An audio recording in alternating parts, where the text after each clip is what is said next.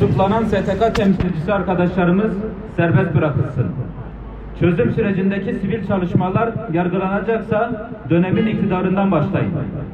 6 Haziran'da oldukça ilginç bir adli gelişme yaşandı.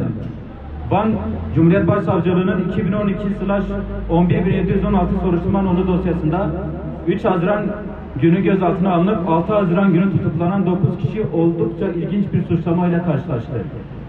İHA'de eski Şube Başkanı Ömer Işık, eski SES Şube Başkanı Yılmaz Berki, Mazlumder eski Şube Başkanı Yakup Aslan, Diski eski Şube Başkanı Salih İpek, Göçler eski yöneticisi Behice Abi, Mazlumder yöneticisi Evin Keskin, Tuhayder yöneticisi Abdülkerim Bayt ile Harun Okay tutuklanmışlardır.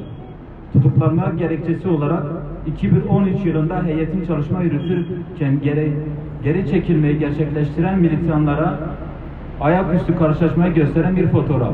Baskılar bizi yıldıramaz. Baskılar bizi yıldıramaz. Baskılar bizi yıldıramaz.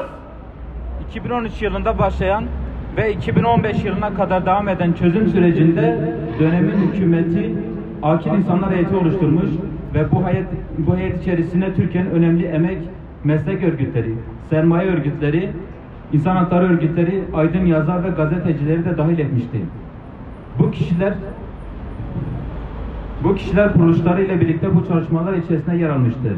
Akil İnsanlar Heyeti içerisinde yer alan İnsan Hakları Derneği de Mayıs 2013'te geri çekilme izleme komisyonu kurmuş ve bu komisyon faaliyetleri kapsamında sahada silahlı militanların geri çekilme sürecini izlemişti. Van'da olduğu bir heyetin Van kırsalına geri çekilmeyi izleme faaliyeti yürütmesiyle ilgili bir gazeteci tarafından haber maksadıyla çekilmiş fotoğraf suçlama konusu yapıldı.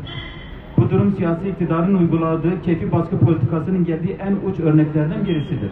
Şayet bu tarz hükümetin bilgisi dahilindeki sivil çalışmalar 9 yıl sonra suçlama konusu yapılabiliyorsa o halde dönemin hükümeti ve bu faaliyeti yürüten siyasi partilerin de ayrımsız olarak suçlanmasının önü açılır ki bu oldukça tehlikeli bir durum yaratır.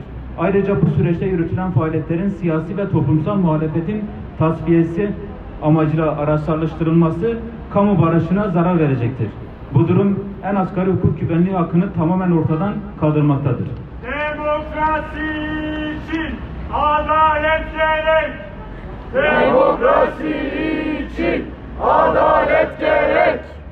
Demokrasi için adalet gerek.